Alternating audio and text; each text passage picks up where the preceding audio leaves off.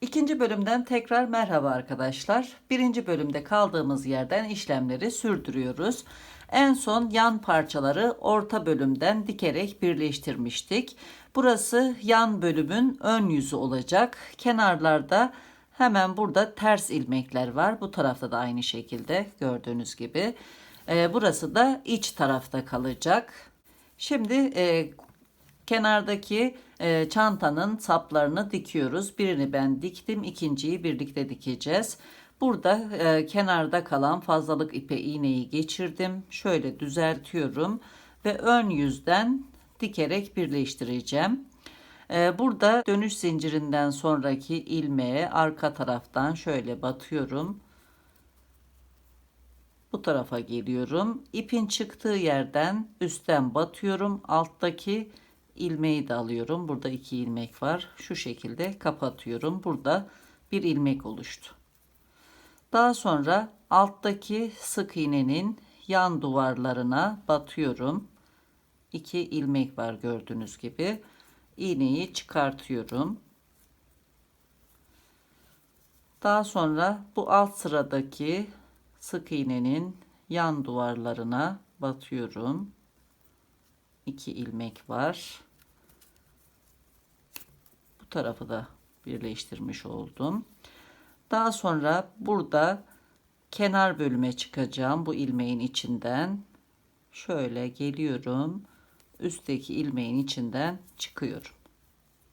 Şimdi alt bölümde de bir ilmek oluşturacağız. Bu ilmeğin altından şöyle batıyorum.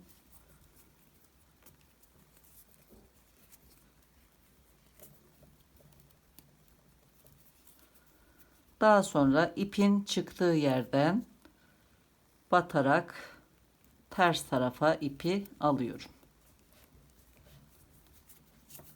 İğne kalın olduğu için biraz zor oluyor.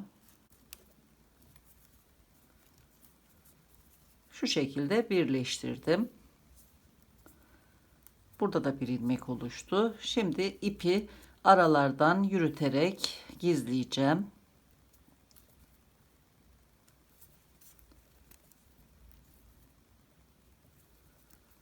Bir tığ yardımıyla devam ediyorum.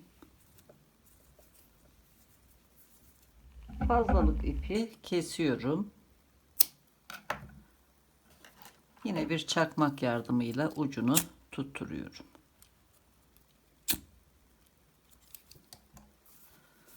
Bu şekilde dikmiş olduk. Kenarlardan örüldüğünde burası daha düzgün görünecek. İki uç birleştik saplarda. Şimdi ön ve arka parçaları yan duvarla birleştirmeye geldi sıra. Ön parçayı yan kenara örerek birleştirdim. Birebir aynı işlemleri yaparak arka parçayı birlikte birleştireceğiz. Şöyle ters çeviriyorum. Arka parçayı alıyorum. Hatırlayacağınız gibi arka parçayı ördükten sonra üç kenarına sık iğne örmüştüm. Köşelerde de dönüş için aynı ilmeğe batarak çifter sık iğne örülmüştü. Bu çift sık iğnelerin tam ortasındaki ilmekleri birer ayraçla işaretledim. Köşe yerlerini belirlemek için. Yan kenarda da bu hizayı takip ederek tam denk gelen ilmeğe sapın altında bir ayraç taktım. Bu ayraçtan sonraki ikinci ilmeğe tığı batırıyorum. Arka parçada da üst kenardan yandaki iki sık iğnenin arasındaki ilmeğe batıyorum. İlk ilmeğe bir ilmek çıkartıyorum.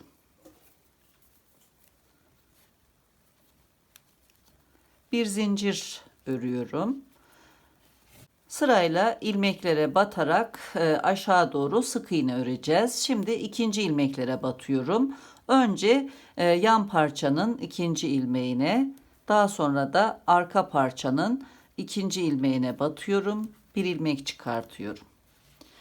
Sık iğne örerken şimdi tığımı ipin sağ tarafından geçirerek şöyle ipi alıyorum ve ilmekleri kapatıyorum.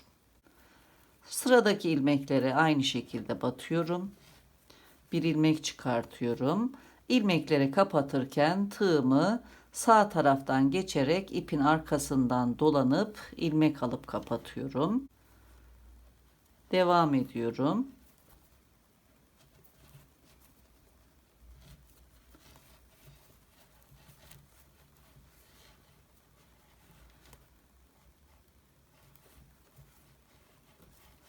Bu şekilde örerek ayraçtan önce 1 2 3 ilmek kalana kadar sık iğne örüyoruz.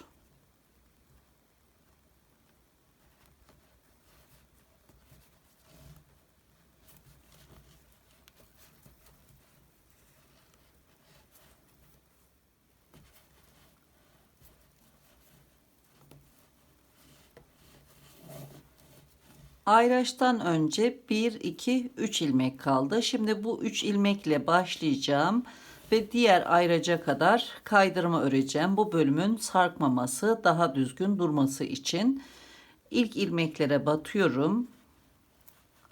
Bir ilmek alıyorum. Tığımdaki ilmeğin içinden geçerek kaydırma yapıyorum. Bu şekilde sürdürüyorum. Ayraca kadar geliyorum. Ayrıca çıkartıyorum. Aynı şekilde devam ediyorum. İlmek atlamıyorum. Diğer ayraca kadar kaydırma örelim.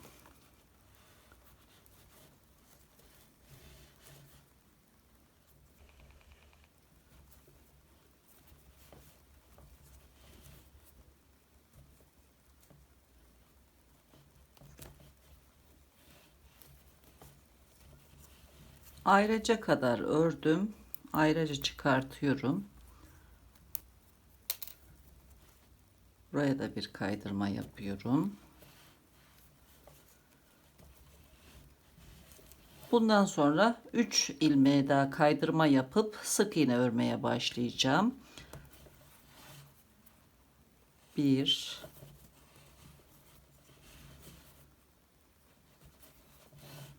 2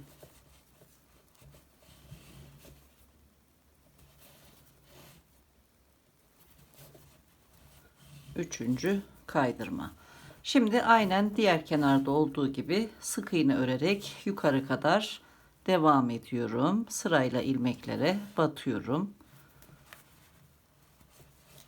Yine ilmekleri kapatırken ipin arkasından tığ geçiriyorum. Bu şekilde örelim.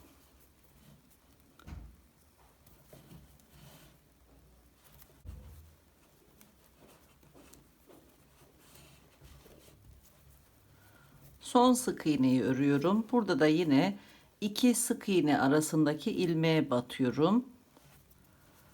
Son sık iğneyi örüyorum. Yine buradan hizadaki ilmekten bir ikinci ilmekte bitirmiş olduk. Şimdi devam ediyorum. Bundan sonra çanta sapının kenarındaki ilmeklere batarak sık iğne örmeyi sürdüreceğim ayraca kadar. Devam ediyorum.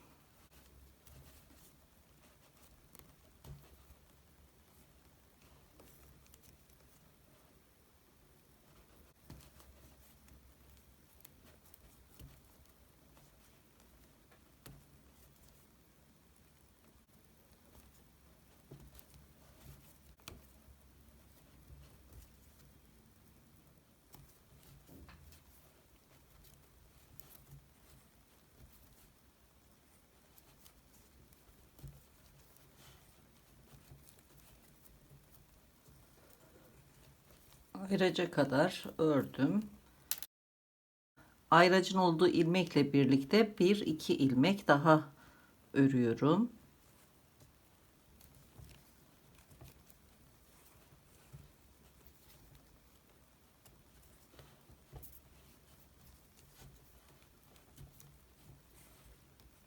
Son ilmeği ördüm. Şimdi burada ipi kesiyorum.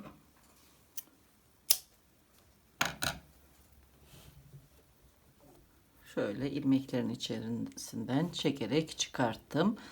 Buradaki ilk sık iğnenin ilmeğine Arka taraftan şöyle batıyorum. Daha ince bir tığ kullanıyorum rahat batabilmek için.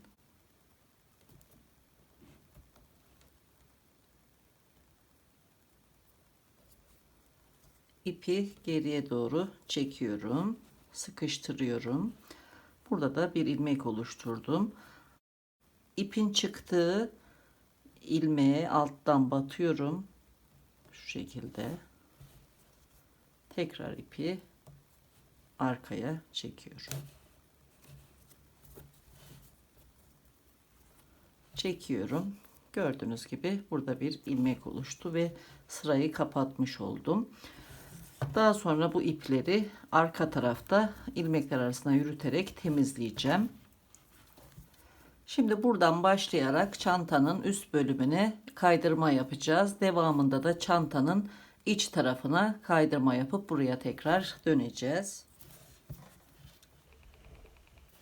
Bu hizayı takip ediyorum. Ayracın takılı olduğu ilmeğe batıyorum. Buradan da üstteki ilmekleri sayıyorum.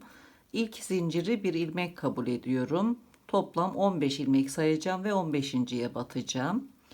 1, 2, 3, 4, 5, 6, 7, 8, 9, 10, 11, 12, 13, 14, 15. Bu ilmeğe batıyorum şu şekilde. İlmek çıkartıyorum.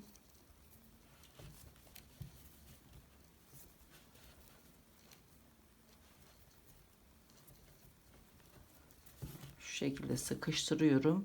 Daha sonra ilmeklere sırayla batıyorum. Çıkardığım ilmekleri tığdaki ilmeğin içinden geçirip kaydırma yapıyorum. Son 15 ilmek kalana kadar devam edelim. Bu şekilde burayı da bağlamış olduk.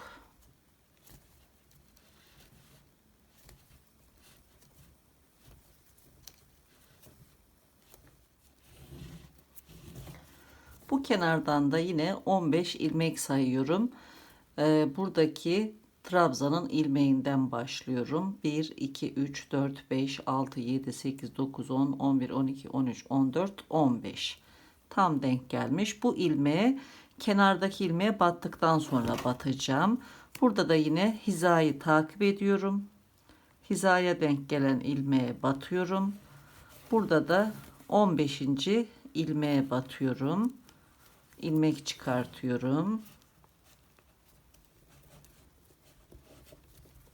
Kaydırma yapıyorum. Bu tarafı da bağlamış oldum bu şekilde. Çanta sapının iç bölümünde ilmekler arasına batarak bu başlangıç noktasına kadar kaydırma yapmaya devam ediyorum. İlk ilmeğe batıyorum, kaydırma yapıyorum. Sırayla devam ediyorum.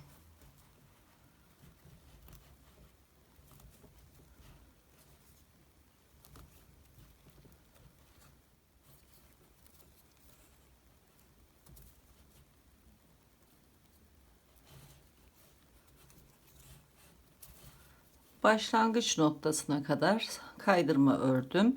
Şimdi burada ipi kesiyorum.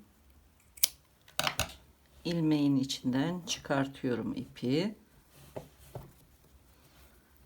Bu başlamış olduğumuz ilk ilmek, bu tarafa giden. Bu ilmekten sonraki ilmeğe şöyle önden batıyorum.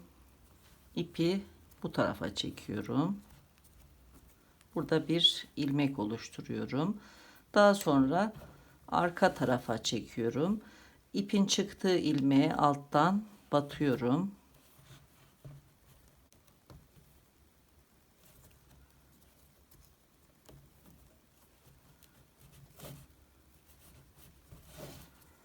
İpi çektiğim zaman buradaki ilmeği kapatmış oldum. Şu şekilde. Şimdi ipleri arka tarafta ilmekler arasında yürüterek temizleyeceğim.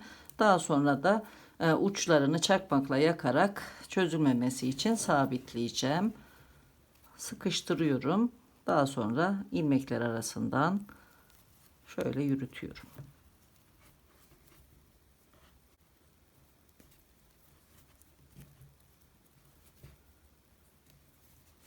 Hatta alt tarafta şöyle bir ilmek atıyorum ki çözülmesin.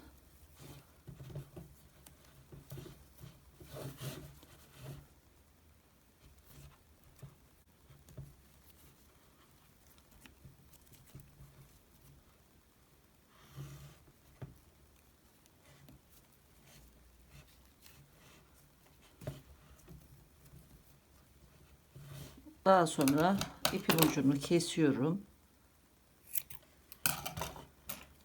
Çakmak yardımıyla ucunu sabitliyorum. Bu şekilde. Aynı şekilde diğer ipleri de sıkıştırıp gizleyelim. Çantanın yan kenarını ön ve arka parçayla birleştirmiş olduk. Şimdi son bir işlemimiz kaldı. Çanta sapının dış kenarlarına kaydırma yapacağız. Aynı şekilde yan kenarların üzerine de kaydırma yapıp tamamlayacağız. Hemen dikiş hizasının sol tarafındaki ilmeğe batıyorum. Şu şekilde battım. Bir ilmek çıkartıyorum. Sırayla batarak ilmek çıkartıp kaydırma yapıyorum. Bir bu boşluğa batıyorum. Kaydırma yapıyorum. Daha sonra alt sıradaki sık iğnenin yan duvarlarına batıyorum. Kaydırma yapıyorum. Bu şekilde devam ediyorum.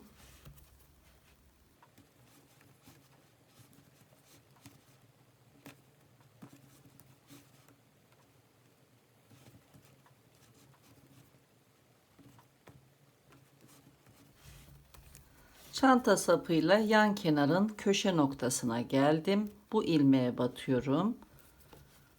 Kaydırma yapıyorum. Şimdi çanta sapına doğru devam ediyorum. Buradaki köşedeki ilmeğe battım. Devam ediyorum.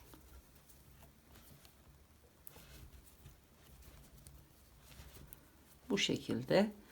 Buradan bu sapın üzerinden geleceğiz. Aynı şekilde bu taraftan devam edip diğer çanta sapının üzerinden geçip başladığımız noktaya kadar kaydırma öreceğiz. Devam edelim.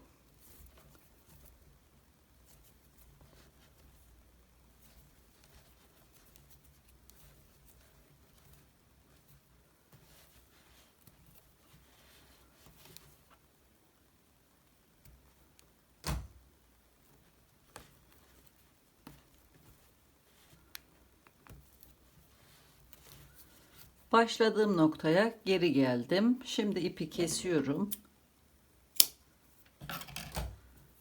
İlmeğin içinden çıkartıyorum.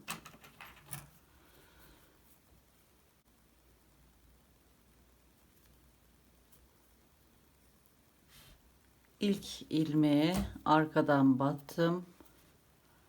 İpi geriye doğru çekiyorum.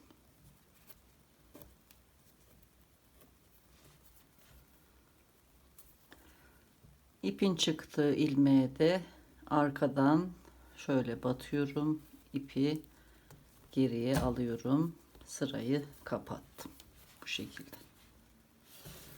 İpi arka tarafta yürütüp temizleyeceğiz. Çantamızın örme ve montaj işlemini tamamladık. Bu şekilde. Şimdi çanta sapını örmeye başlıyoruz. Uzun çanta sapı için 200 zincir çekiyorum. Yaklaşık 1 metre uzunluğunda uzun omuz askısı öreceğim. Bu zincirde sayıyorum. Toplam 200 zincir çekelim.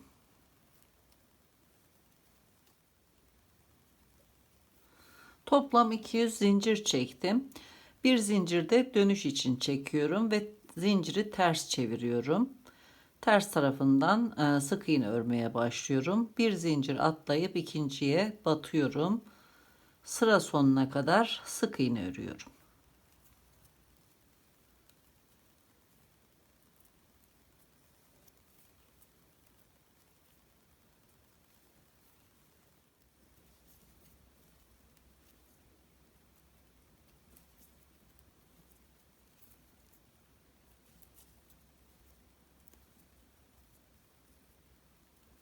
Son zincire batıp son sık iğneyi örüyorum. Birinci sırayı tamamladım. Bir zincir çekiyorum. Dönüş yapıyorum. İkinci sıraya başlıyorum. Birinci boşluğu atlayıp ikinci boşluğa batıp bir ilmek alıyorum. İlmekleri kapatırken tığı ipin arka tarafından geçirerek ilmek alıyorum. Bu şekilde. Sıra sonuna kadar devam ediyorum.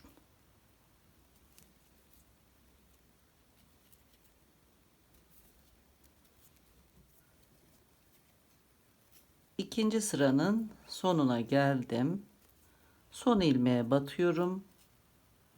Son sık iğneyi örüyorum. Burası çanta sapının ön yüzü olacak.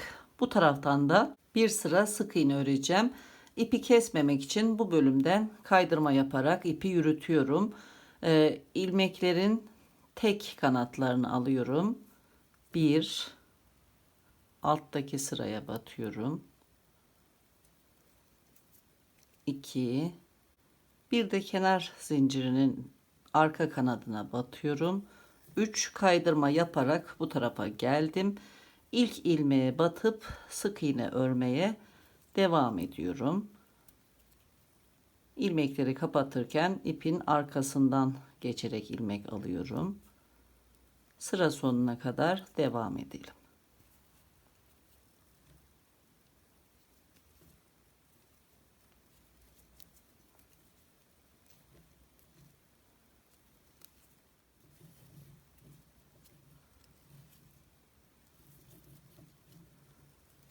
Üçüncü sırayı tamamlıyorum. Buradaki başlangıç zincirine de batıyorum. Son sık iğneyi örüyorum. Çanta sapındaki sık iğne sıralarını tamamladım. Şimdi bu tarafa geçeceğim. Bu kenara, daha sonra da bu kenara kaydırma örerek çanta sapını tamamlayacağım. Bu tarafa geçerken çanta sapını çantaya tutturmak için şöyle klipsini de yerleştireceğim. Önce bu son sık iğnenin yan ilmeklerine batıyorum. Daha sonra klipsin bu bölümüne de tığ batırıyorum. Bir ilmek çıkartıyorum. Şu şekilde ipi ayarlıyorum. İpin arkasından tığ geçirip ilmek alıp ilmekleri kapatıyorum. Bu fazlalık başlangıç ipini de araya alıyorum. Şimdi bu boşluğa batıyorum. Yine klipsin içine batıp ilmek alıyorum. Sık iğne örüyorum. Devam ediyorum. Alttaki sık iğnenin yan duvarlarına battım.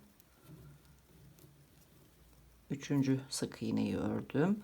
Son kez de bu dönüş için çekmiş olduğumuz zincire batıyorum. Yine klipsin içine batıp ilmek alıyorum. Dördüncü sık iğneyi ördüm. Şimdi buradan kaydırma yapmaya başlıyorum. Klipsimiz şu şekilde olacak. Devam ediyorum. Aynı yere batıyorum. Bir ilmek çıkartıp kaydırma yapıyorum. Dönüş yaptım. Sırayla ilmeklere batarak kaydırmalar örüyorum. Sapın diğer uç kısmına kadar devam edelim. Orada da aynı işlemleri yapacağız.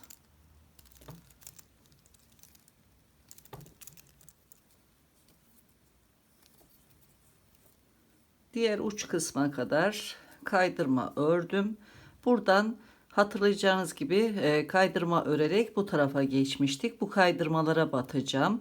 Şimdi ilk kaydırmanın ilmeklerinin altından batıyorum.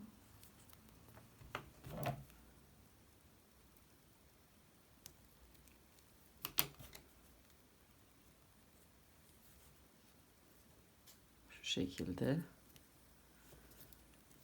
Son kaydırmayı yapıyorum bu tarafta. Şimdi klipsi alıyorum. Önce Bu alt sıradaki son batmış olduğum kaydırmaya tekrar batıyorum. Daha sonra klipsi alıyorum. İlmek ve klipsin içerisinden ipi çıkartıyorum. Şu şekilde. Sık iğne örüyorum. Şimdi ikinci kaydırmaya batıyorum. Daha sonra klipsin içinden tığ geçirip ilmek alıyorum. İkinci sık iğneyi örüyorum. Devam ediyorum aynı şekilde. Üçüncü sık iğneyi ördüm. Bu tarafa geçmiş olduğum ilk kaydırmaya batıyorum. Klipsi de araya aldım. Dördüncü sık iğneyi örüp bu klipsi de yerleştirmiş oldum. Şimdi tekrar son battığım ilmeğe batıyorum. İlk kaydırmayı yaparak sırayla devam ediyorum. Bitişe kadar örelim.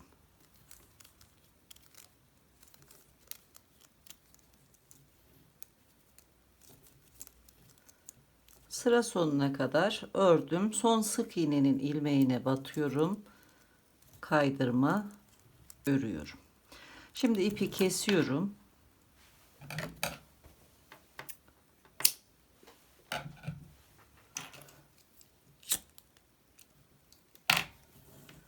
İlmeğin içinden ipi çekiyorum.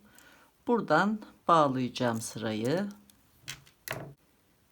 Klipsi tutturduğumuz ilk sık iğnenin ilmeğine önden batıyorum. İpi çekiyorum. Daha sonra ipin çıktığı ilmeğe alttan batıyorum. Şu şekilde. İpi aşağı alıyorum. Burada bir ilmek oluşturarak sırayı bağlamış olduk. Bütünlüğü devam ettirdik. Çanta sapını tamamladık. Klipsten itibaren çanta sapının uzunluğu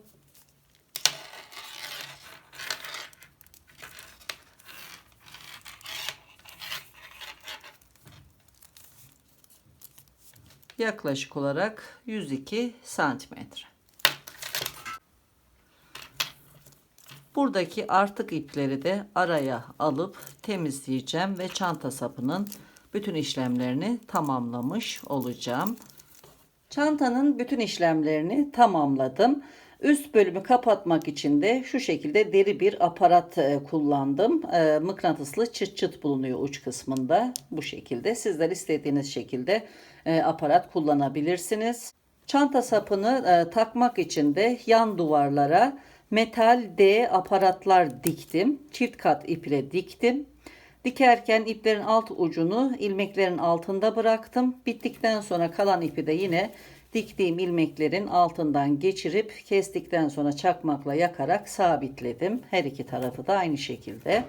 Buradaki boyu ayarlamak için şu şekilde metal bölümden hemen sonra örgü bölüm gelecek şekilde ayarladım her iki tarafı da. Çantamızın içi boş olmasına rağmen gördüğünüz gibi formunu koruyor. Oldukça tok bir görüntüsü var arkadaşlar. İçine eşya koyduğumuzda da hiçbir şekilde esneme ve sarkma yapmayacaktır. Bugün yine bir videonun sonuna geldik. Yeni videolarda tekrar görüşmek üzere. Hoşça kalın, sağlıkla kalın.